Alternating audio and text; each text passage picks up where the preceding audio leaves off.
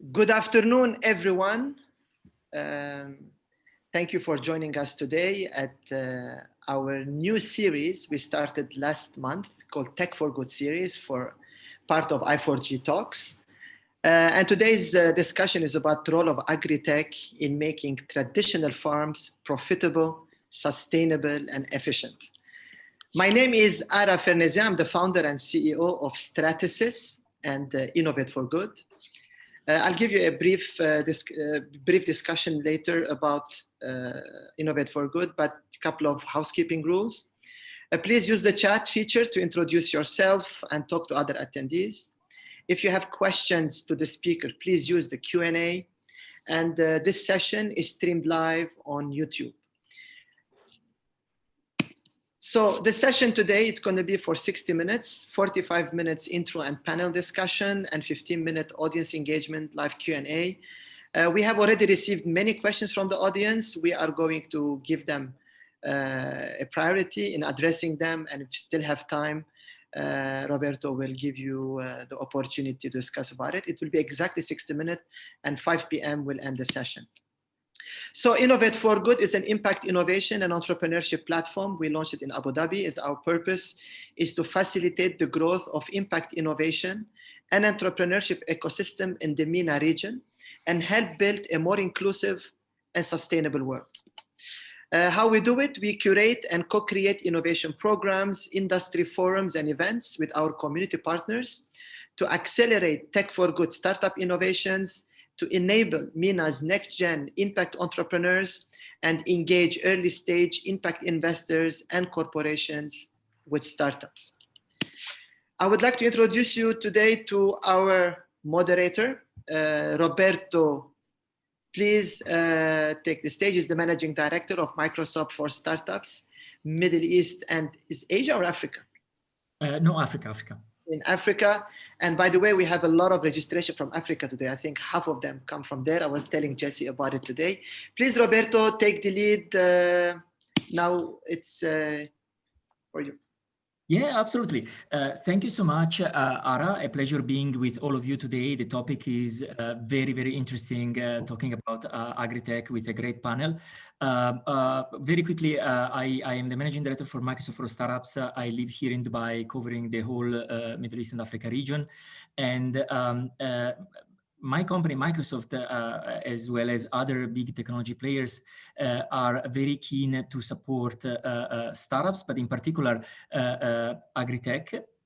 In fact, very recently, for example, in India, we launched a support scheme for Indian Agri-Tech startups to help them build industry-specific solutions, scale and grow with access to deep technology, business, and marketing resources. This program is called Microsoft for Agri-Tech Startups. So this is great, and it relies also on something that we disclosed late last year called Azure FarmBits, which basically is the technology to bring together agricultural data points from sensors, drones, satellite imagery, and multiple other sources, and uses artificial intelligence and machine learning to turn them into actionable insights. We also partner with drone manufacturers like DJI and SenseFly, Agri-Tech robot developer, EarthSense, and sensor maker Teralytic, for example. So it's a sector, it's an industry where we have been investing a lot. So we are very keen and passionate about learning the latest from the best of the entrepreneurs out there. Today we have a great panel. So I would start from quick introductions. We have Kirill Zelensky, CEO of iFarm.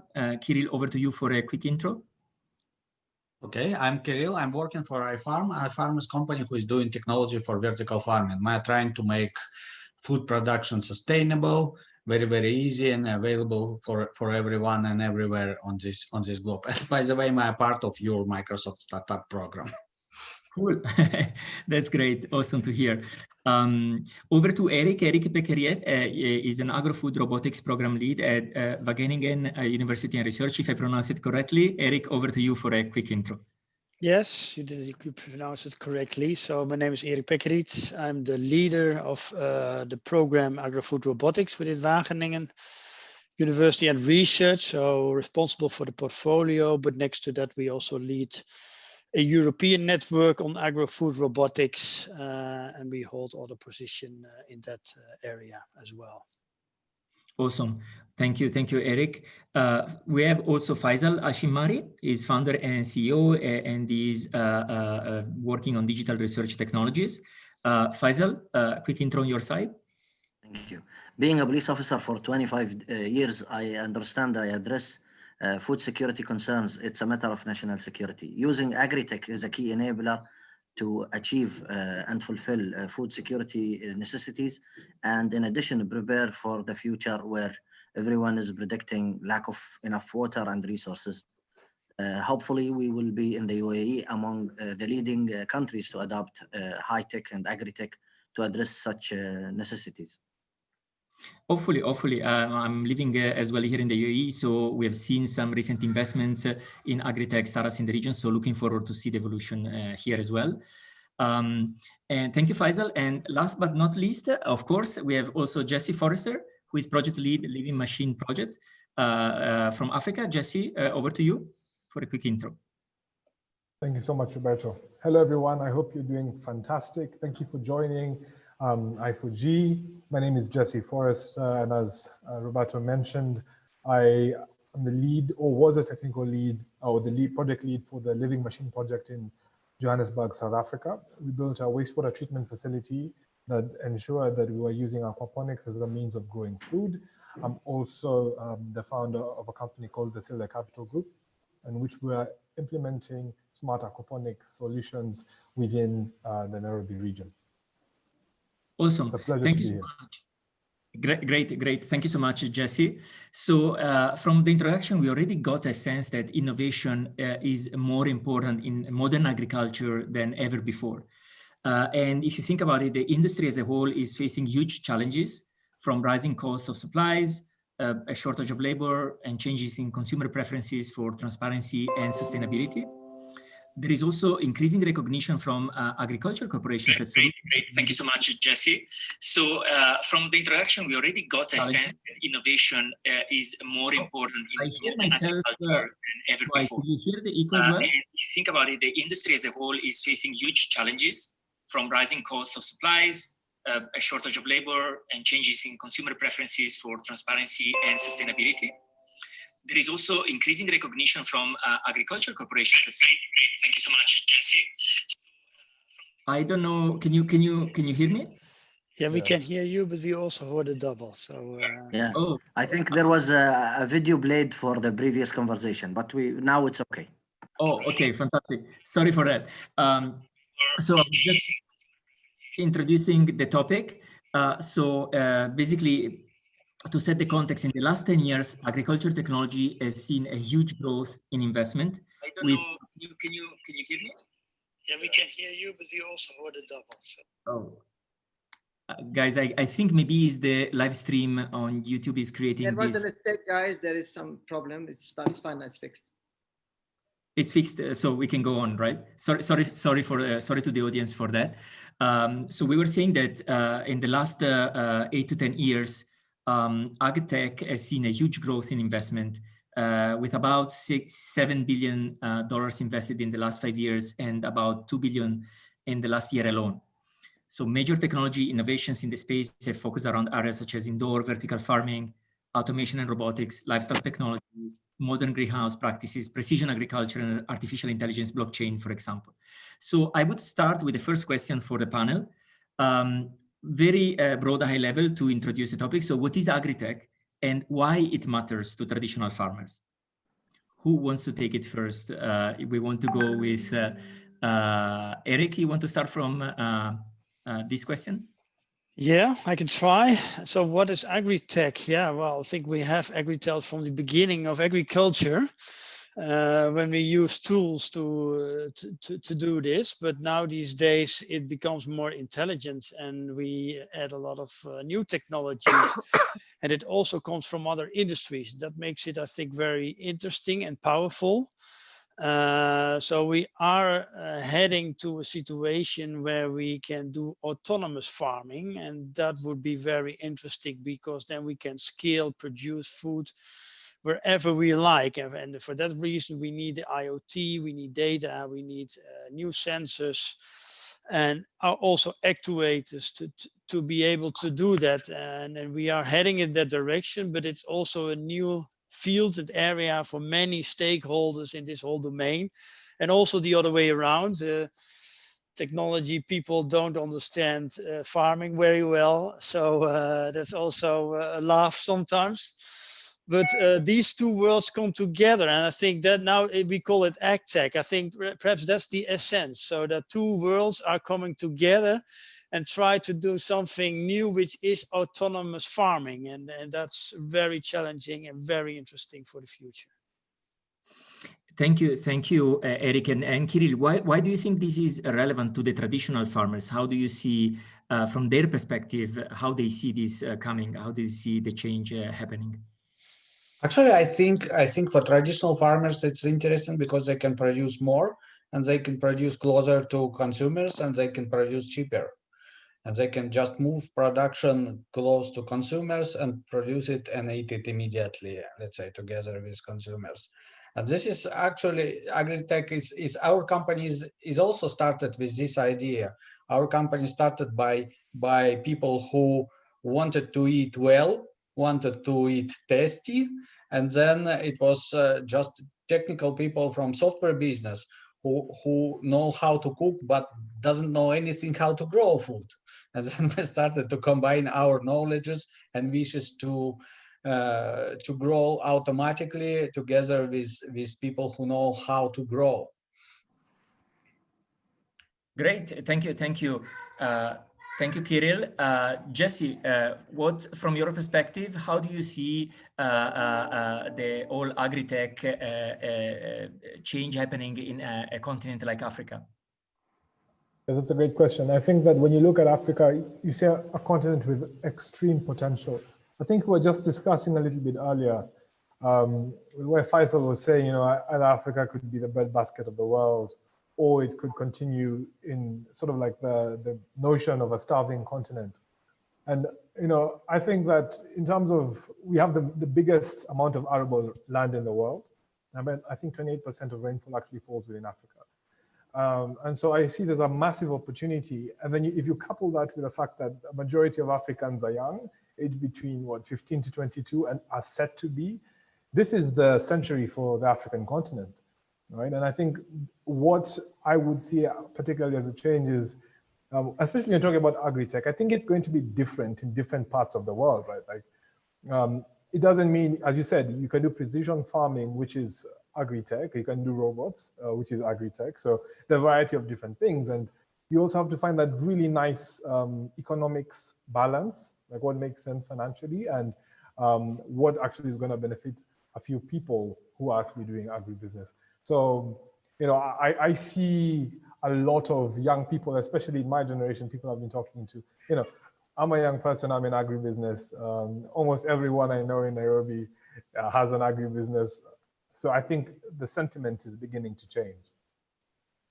Yeah, that's great. So let's say moving from a large continent like Africa with a lot of opportunity, especially when it comes to AgriTech, to a much smaller country like the UAE, but still where we have seen investments in AgriTech companies. We have a couple of Series A, and Abu Dhabi Investment Office also invested recently in 3 promising AgriTech startups.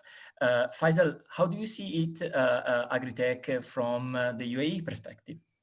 Well, we are ranked the second safest country or the first safest country, depending on who's doing the measures in the world. Food security is a matter of national security. COVID-19 disturbing the logistics and the supply highlighted the necessity of local production of food. Onion prices, for example, went from 1.5 dirham to 9 dirhams, exceeding the oil prices increase. So when we talk about food security, we are talking about something that is life-threatening, as essential as medical supply. AgriTech would enable local production of food. Our amazing country have an amazing weather in winter, but in summer, temperature exceeds 56. So it's very critical. By law, from 12 to 3 p.m., you are not allowed to ask any worker or employee to go work directly under the sun. And when we talk about agriculture, you need a replacement. Who would be better than an Internet of Things and some robots aiding the laborers and the farmers and the workers in the field to address any irrigation or any cooling response that is needed to be increased or adjusted. AgriTech is a key enabler to address all of those and more. In addition, increasing crop production and productivity in a square meter cannot be achieved in normal agricultural practices. Yeah, this is so true, Faisal. Actually, well, before we move on, just for the audience, anyone, please feel free to drop your questions either in the chat or in the Q&A. If you have access to, we will definitely pick up questions later on during the session today. But one point you touched, Faisal, is really important. You mentioned about, the specificity of, for example, a country like UAE and the fact that there is a need of growing food locally, but at the same time, understanding what are the conditions, right, in a country like that. So I will start from you and going backwards to the other panelists. What is the impact of agri-tech innovation in growing food locally? A friend of mine invested almost 1 million euro financing it from a government fund to establish a high-tech greenhouse. He relied on normal labors, and at the same time, he didn't have sensors and Internet of Things in place to alert him in advance of any heat waves that can affect his crop. He lost 200,000 heads of lettuce in 10 minutes because the cooling was not sufficient. Such loss multiplied by 5 dirham per head, you can see the numbers. It's a huge, significant loss in 10 minutes. Internet of Things and others can be a life-saving technology, first of all, to the crop, second, to the farmer's investment, and specifically if he was funding it from a bank or from a government fund. In addition, when the supply is short, for example, whether it's when COVID-19 hit aviation industry and cargo shipping and logistics, or whether it's in summer where the temperature exceeds 56 degrees Celsius, you need such technology in place to ensure that you will meet the target crop production. Otherwise, you will end up losing your money, losing your capital, losing your investment, and maybe facing fines from the supplier who signed a contract with you. So overall, it's a 360 review. You need to look from outside the box. What are the benefits, the pros and cons of such investment?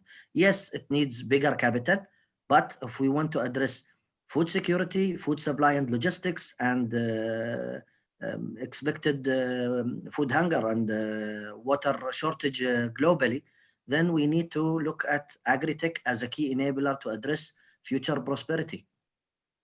Yeah, absolutely. Thank you, Faisal. And connecting to this, Jesse, how do you see it in Africa? You mentioned before, the opportunity there, the fact of being a vast continent with a young population. How do you see agri-tech innovation impacting, the fact of growing food locally? Right.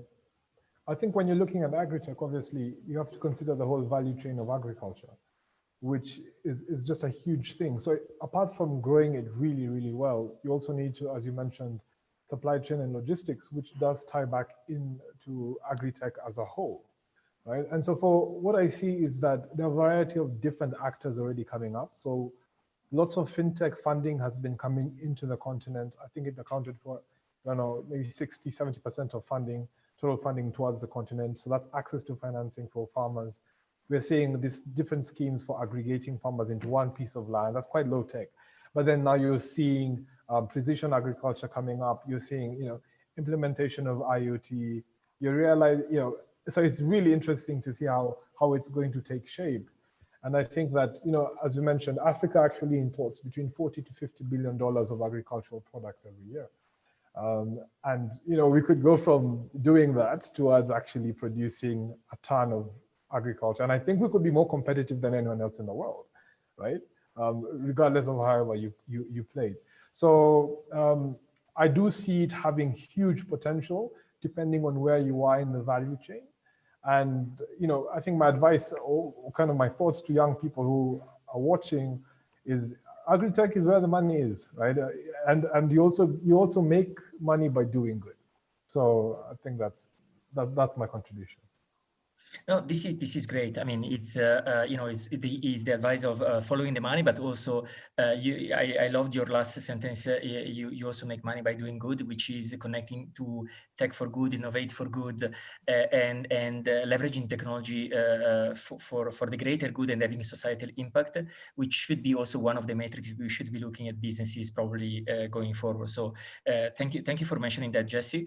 Eric, if we look geographically at the Netherlands, globally, the Netherlands have become a hub when it comes to food production, technology, and also agri-tech. So what's the perspective in terms of agri-tech innovation from there on growing food locally and connecting to the broader ecosystem?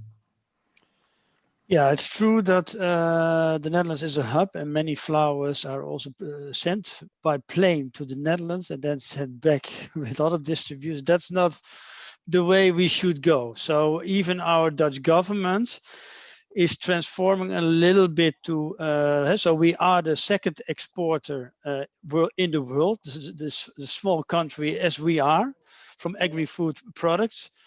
But that's not a very good story, actually, because it means that we have that we have a lot of logistics, which we could produce much better locally. So, and we also see a big increase in the AgTech domain and some decline, for example, in greenhouse horticulture. But the AgTech in greenhouse horticulture in the Netherlands is booming. And I think that's worldwide what is happening. So we are looking for decentralizing food production close to urban societies when it comes to more the vegetables. So not the carbohydrates. The carbohydrates will be produced in the areas where they are produced now. You need a lot of land for that. But when it comes to leafy vegetables or tomatoes or whatever, it's the best way to produce it locally, and perhaps even flowers, because you do not need a lot of space. But the AgTech needs to be brought there, and also the knowledge that comes with it. But I think that's the nice thing about AgTech. You can do a lot remotely. We are building also from Wageningen research facilities in Riyadh, in Abu Dhabi.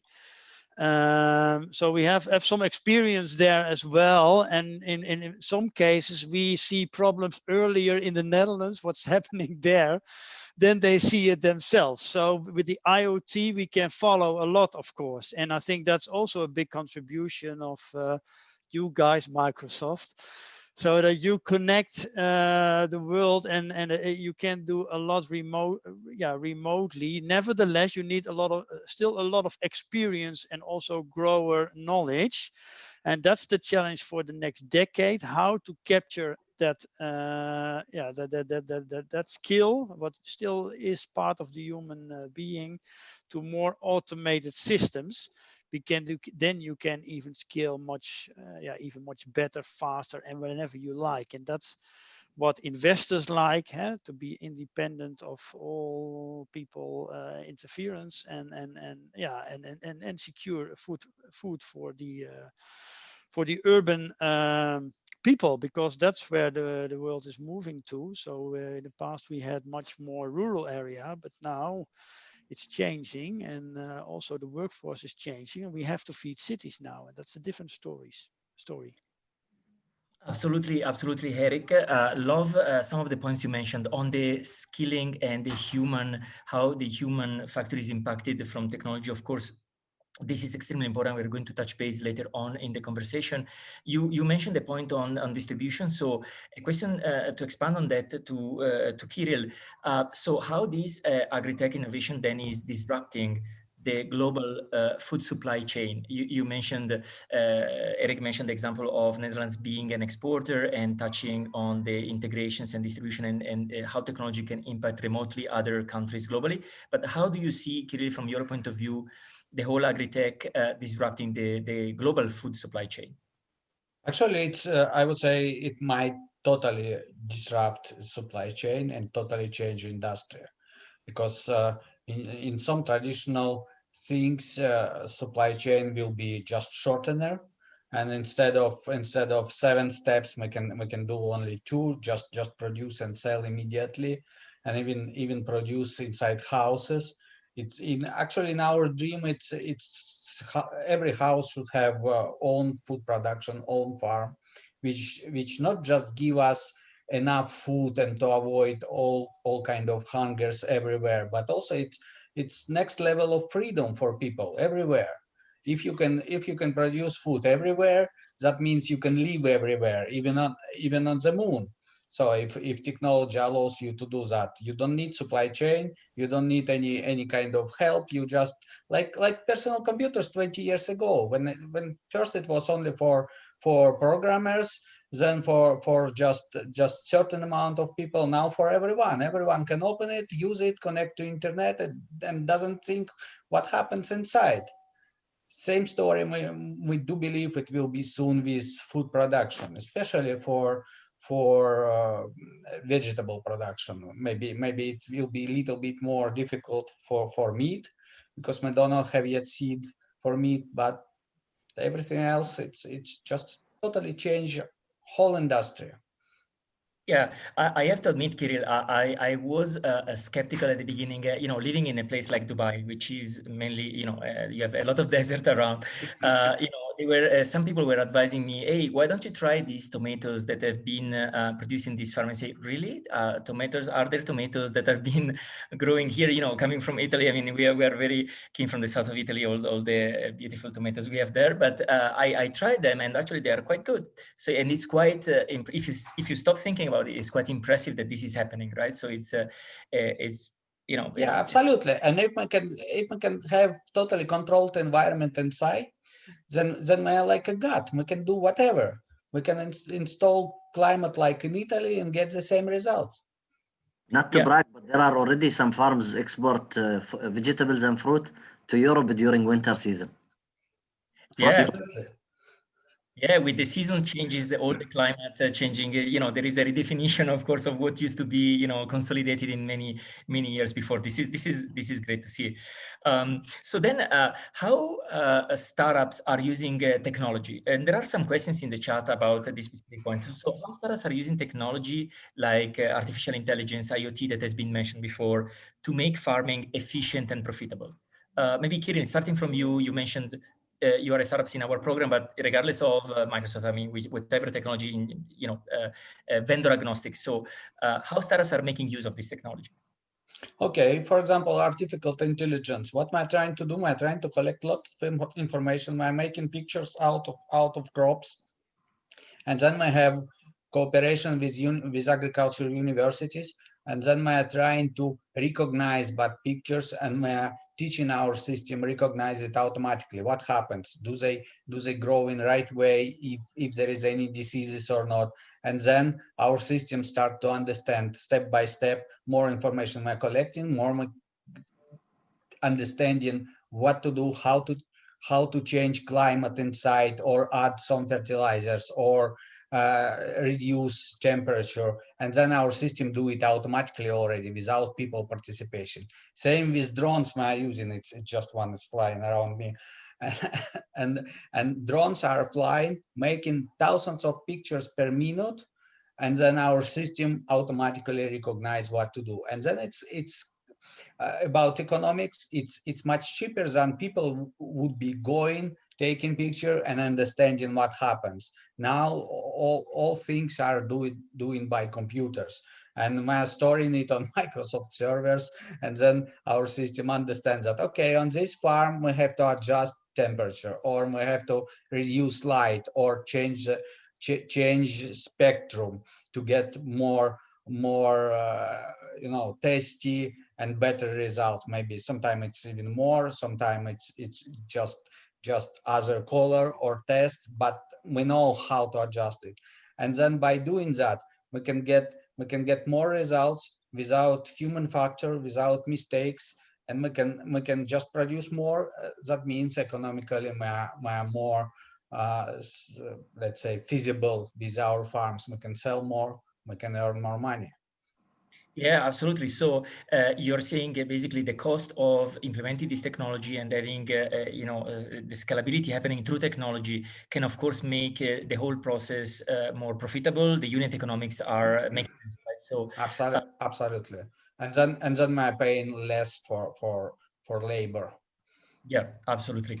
Faisal, as you are also a big expert and studying disruptive technologies, what's your point of view as well? So how do you see technology used with concrete examples when it comes to agriculture?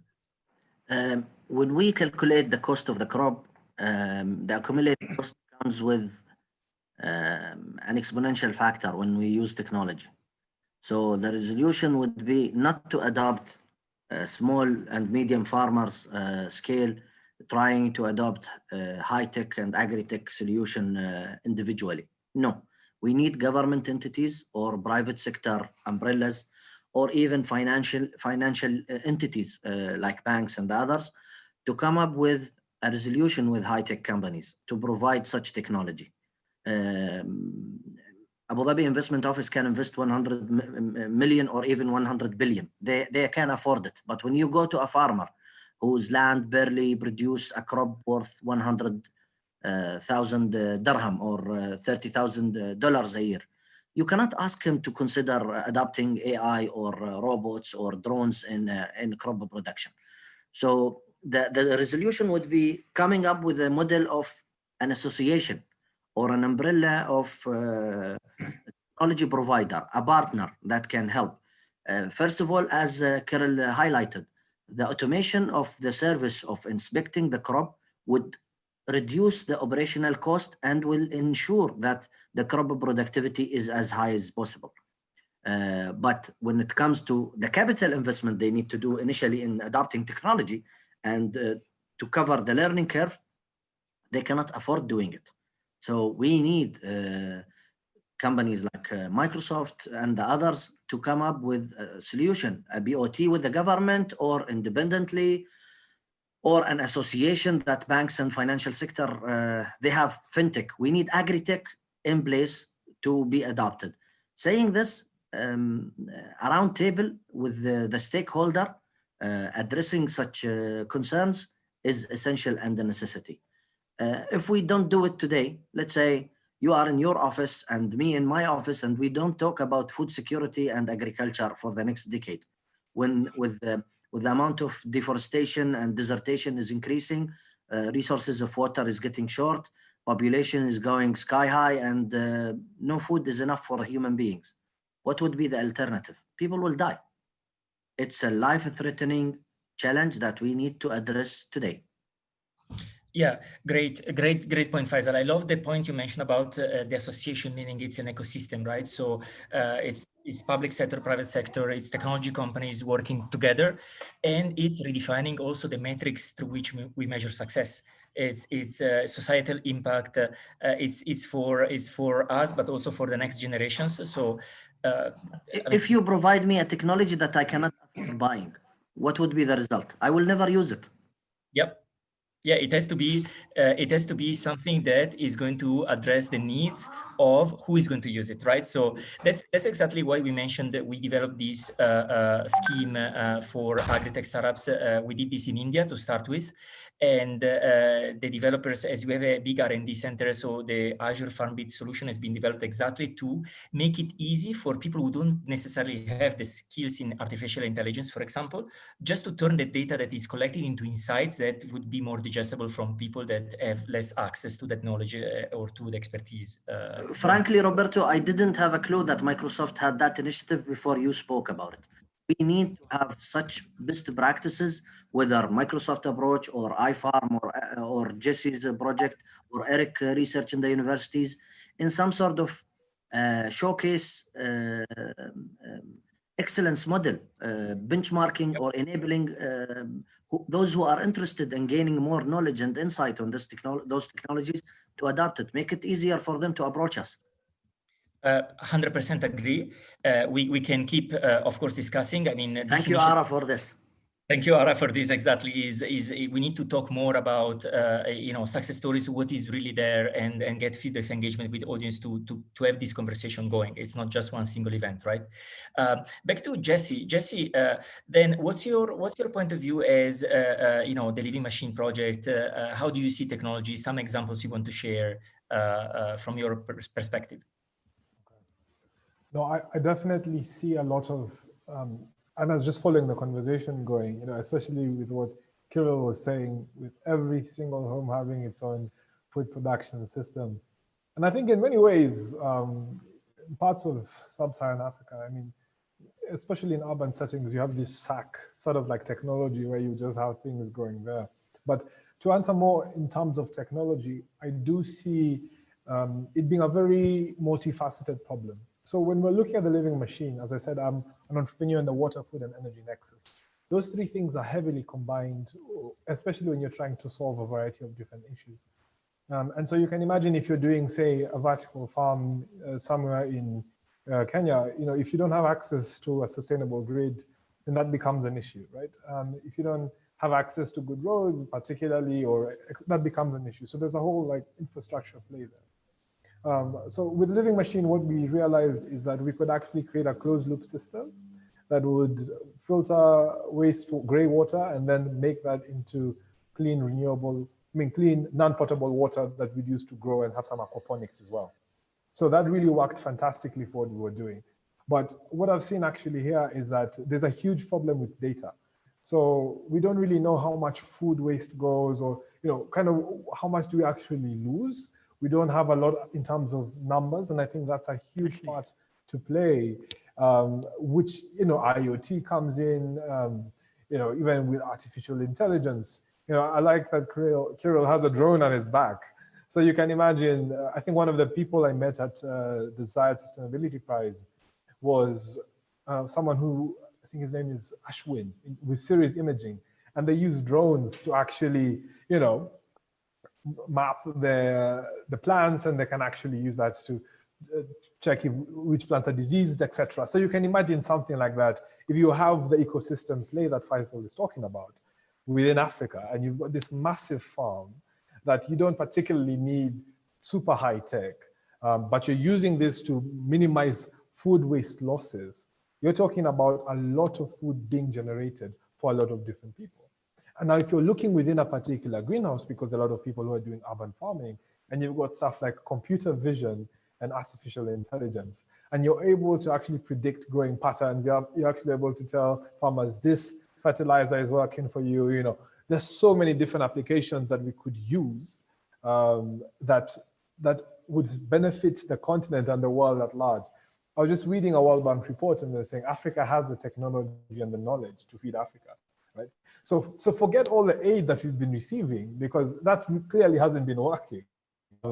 It's about entrepreneurs actually taking up the mantle and saying, look, we can actually reinvent the way we think about farming to it being a source of, rewriting the narrative for the next coming century, right? So I do see a lot of different plays there in terms of how you could leverage technology to benefit the whole continent.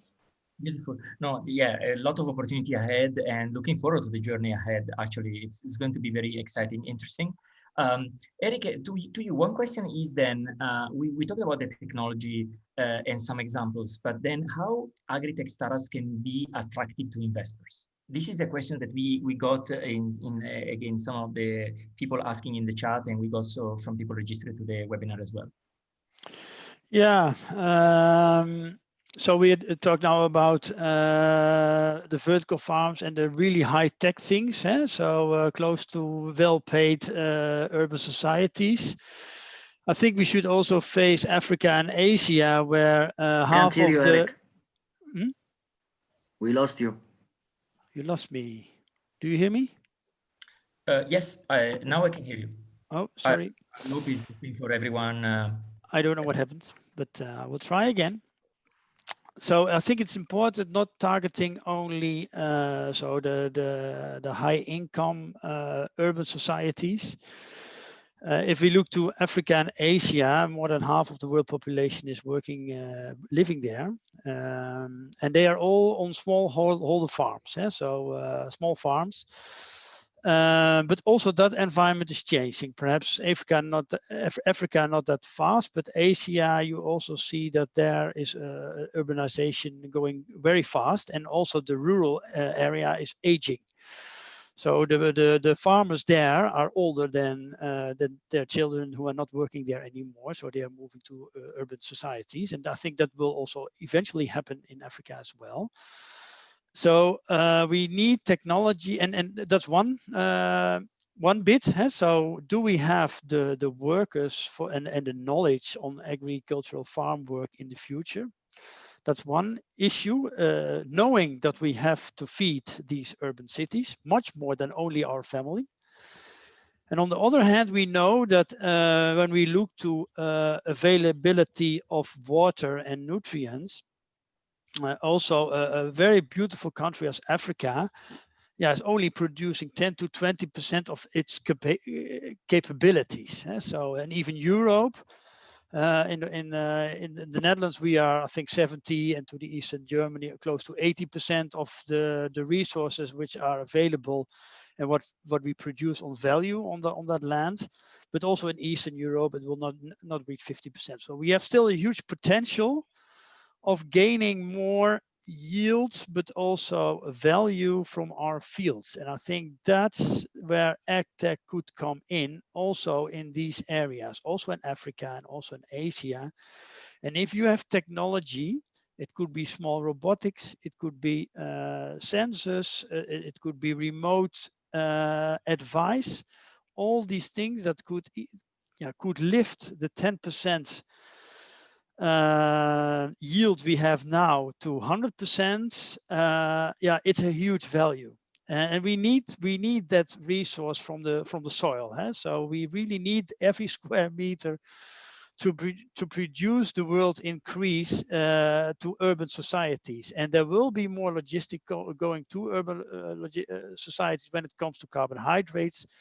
And we have to build the vegetable production sites around these urban societies. And a lot of AgTech needs to go there, and also communication and information technology, because that's now lacking a lot in Africa.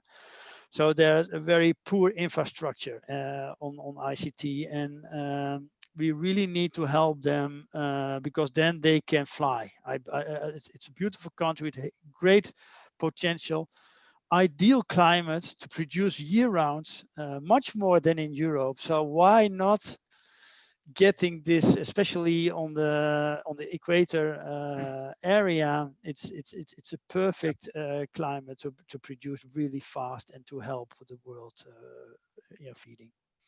Absolutely. Thank you, Eric. Let's touch base on the last topic that we touched base before on when it comes to human capital. How the use of agricultural robots will lead to skilled jobs and cover the talent gap.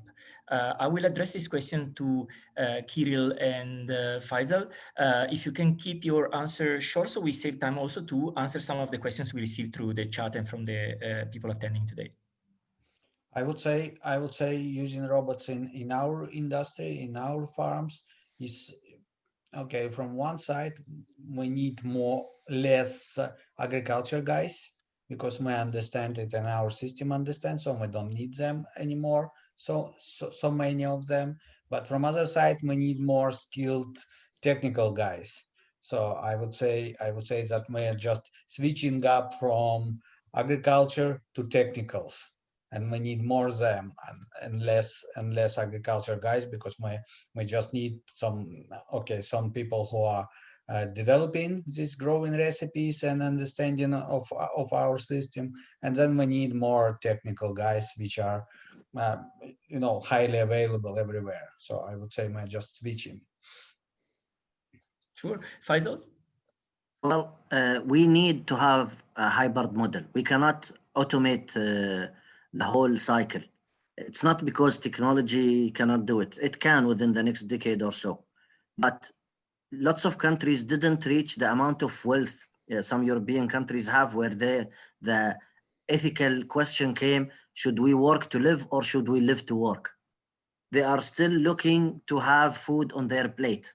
So considering commercial solution where we will have 100% automation in place and zero labor engaged in farming industry, which is one of the most ancient professions in the world. We need to have the humanitarian side. We cannot just go to our fathers or our brothers and mothers and sisters and tell them, stay home, food will come to your plate directly. Not all countries afford this. The majority of countries lack proper systematic social welfare system in place. In fact, some countries don't even have the capability of providing medicine and medical care. So when you are telling them that they might face a threat of being jobless, it will only come out with violence and other problematic issues. It's better to focus on increasing productivity and coming up with raising the caliber of knowledge of the laborers and the workers and the farmers to work jointly with the robots and AI solutions. Saying so, instead, if we look at the desert ratio of land and the non-urban areas from Africa or Asia up to even Canada, there are rural areas that has 0% of humans occupying it. I'm not talking about stealing forests from animals. No, I'm talking about desertification land where there is nothing to be produced, helping people to utilize it, increase crop productivity, and having them getting better job and better working condition. Just imagine this. I have a farm in Al Ain, and the cooling system in the greenhouse or the vertical farm went off the grid. I cannot go and ask my farmers when the temperature is 56, jump out and work. They cannot. It's a life-threatening and it's a breach to the law. So the hybrid model would be ideal, and bridging the knowledge using proper training and smart technology would be perfect to make sure that we achieve prosperity for humanity in the coming decades. Yeah, beautifully said, Faisal. And in fact, we also get some comment in the chat that people agree with what you were saying. So this is great. So let's take some questions from the audience, opening up to, there is a lot of engagement. I see a lot of questions, so probably we will not address all of them, but let's start. First of all, some comments. Yes, need to write case studies to learn best practices, create a knowledge repository. Comment from Mona. Absolutely. Yeah, we touched base on that before. There are some questions on how could one use artificial intelligence to evaluate, assess, improve AgriTech. I think we touched base on that. Let me take then the first question here. I guess this is for Eric, given that the question addresses the Dutch companies. How can Dutch companies introduce medium tech and high tech while local UAE growers don't have the knowledge how to use it? This is from Samal. Yeah, I think at least a good remote control and remote assistance, where also people from other countries can help. I think it's also a matter of to organize this, to have the knowledge there where it is needed.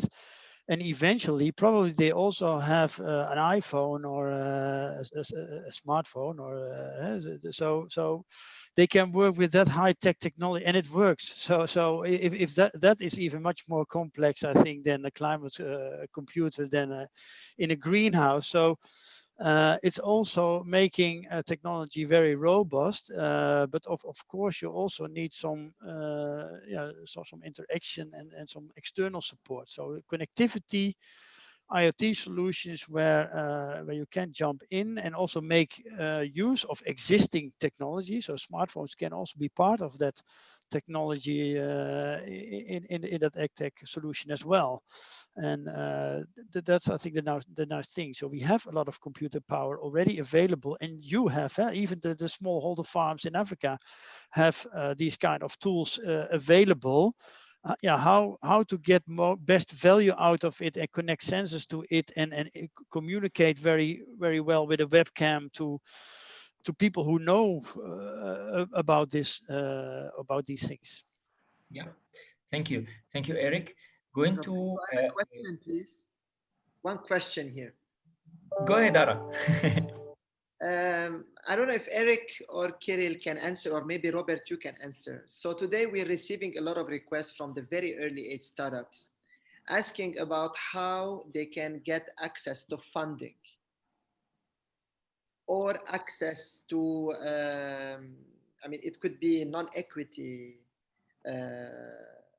funding, or it could be equity. So both sides, because there are many agri-IoT, or maybe Jesse, we had this discussion with you before as well.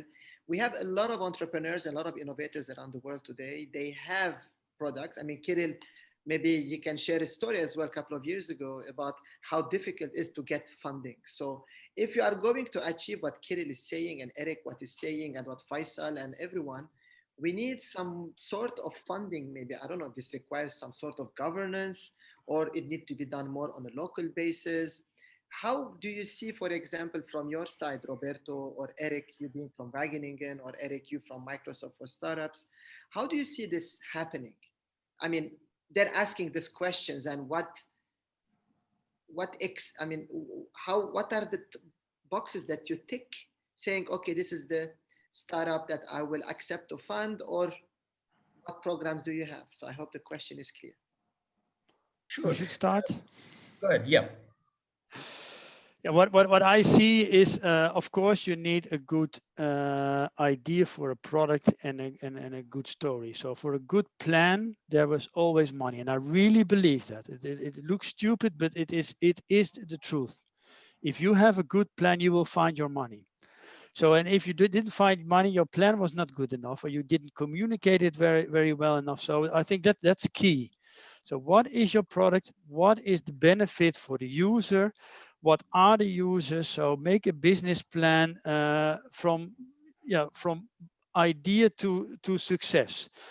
And venture capital is interested in scaling. So if you want to have the big money, the millions directly, then you should have a product which is already there and can scale very well.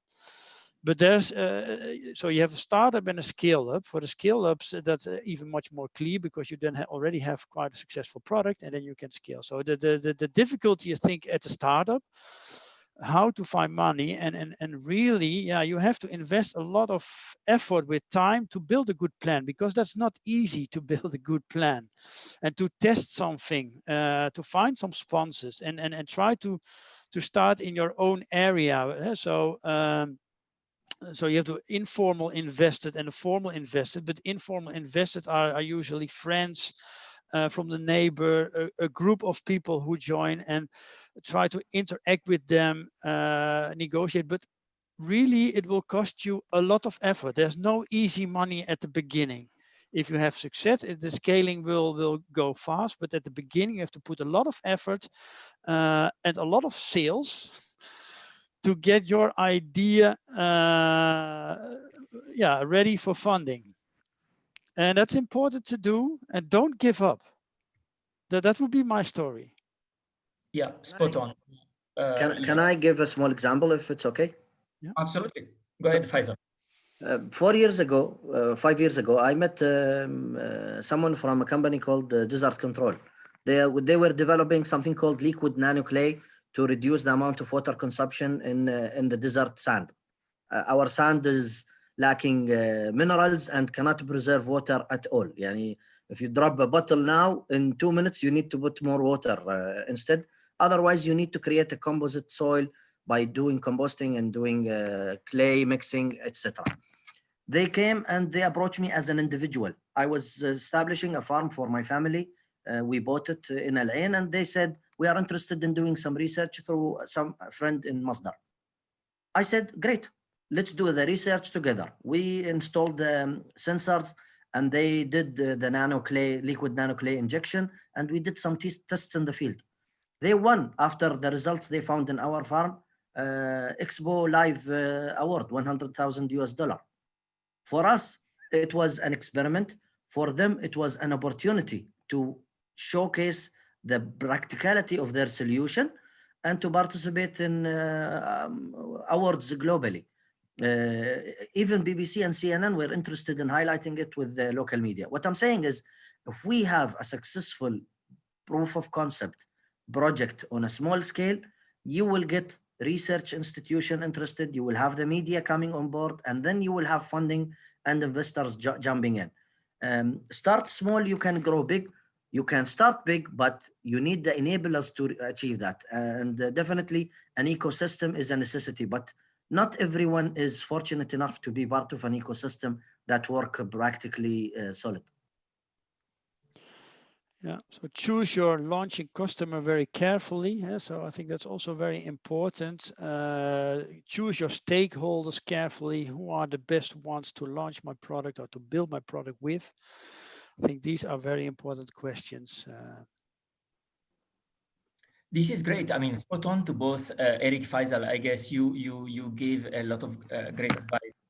As Ara, you also asked it on my side, I would reiterate what Faisal, Eric said. I totally agree. There is no easy money, meaning that as long as you build a solid plan, you really focus on which problem you're trying to solve.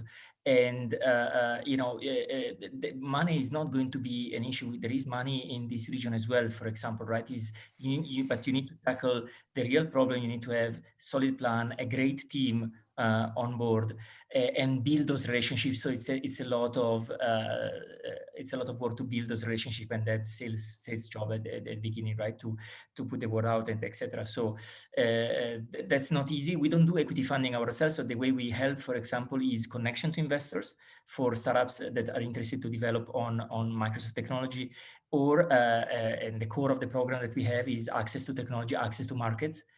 So selling with Microsoft, so helping AgriTech to go global, for example. But in the early stage, I would say, especially to your question, attractive to investor is definitely unit economics. They need to work, a solid plan that solve a real problem, and a great team, a kick-ass team that is really passionate about what they are doing.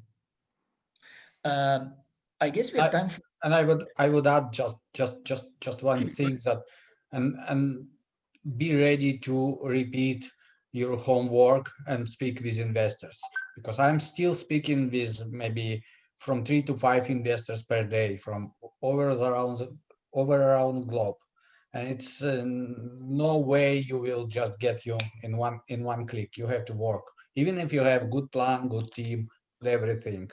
You have to work with them. And a very good way, by the way, is participating in accelerators like ARA is doing and Microsoft is doing as well. So because in this case you can be in touch with ecosystem, and someone will find you anyway, maybe even faster than you find them.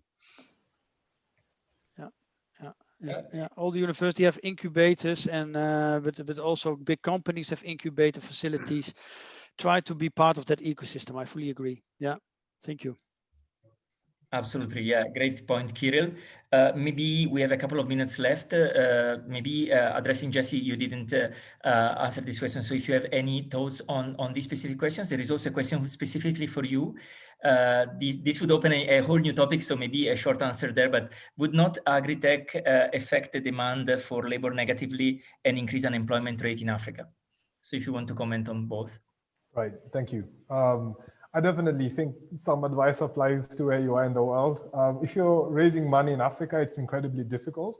People have this perception that we are one continent or one country, which is not true. And also a friends and family around, if you're an average African, your friends and family don't really have a lot of money. So it's not easy that you're gonna raise a bunch of capital. So my advice would be look for grants, look for angel investors that really believe in what you're doing, partner with institutions like Microsoft for startups. You know, Ara is doing an amazing job, although he's focused more in the UAE. So I think that's really important. And I can't stress enough the success of having an MVP out, which is a minimum viable product, the least amount. And yes, definitely your team is going to help you so much. If you don't have a good team, if you're doing agribusiness and you don't have an agricultural background in your team and you want to attract venture capital, I would say good luck, unless you've built a business and sold. So I think you need to really be sober. And I like what Kirill said, is that you're going to talk to like 100 different investors. Don't give up. Please don't give up. Keep persisting. That's the language of an entrepreneur. And in terms of, well, would AgriTech... I have to interrupt because I have to go, guys. Yeah, we are on time, so it's 5 o'clock. We are respectful of everyone else's time. We have the questions that other people from the audience share, so we can follow up offline. Ara, I'm sure, can share the contacts of the people attending. So thank you, everyone. Thank you, Jesse. Thank you, Kirill, Faisal, Eric. Thank you, Ara, for organizing this. It has been hopefully a great conversation, a lot of great insights and feedbacks. So it's just opening a conversation, right? So I'm sure a lot of follow-ups and feedbacks will happen then following the session. Great. Thank you, everyone. To continue the conversation later, inshallah. Thanks. Inshallah, yeah. Thank you so much for tuning in.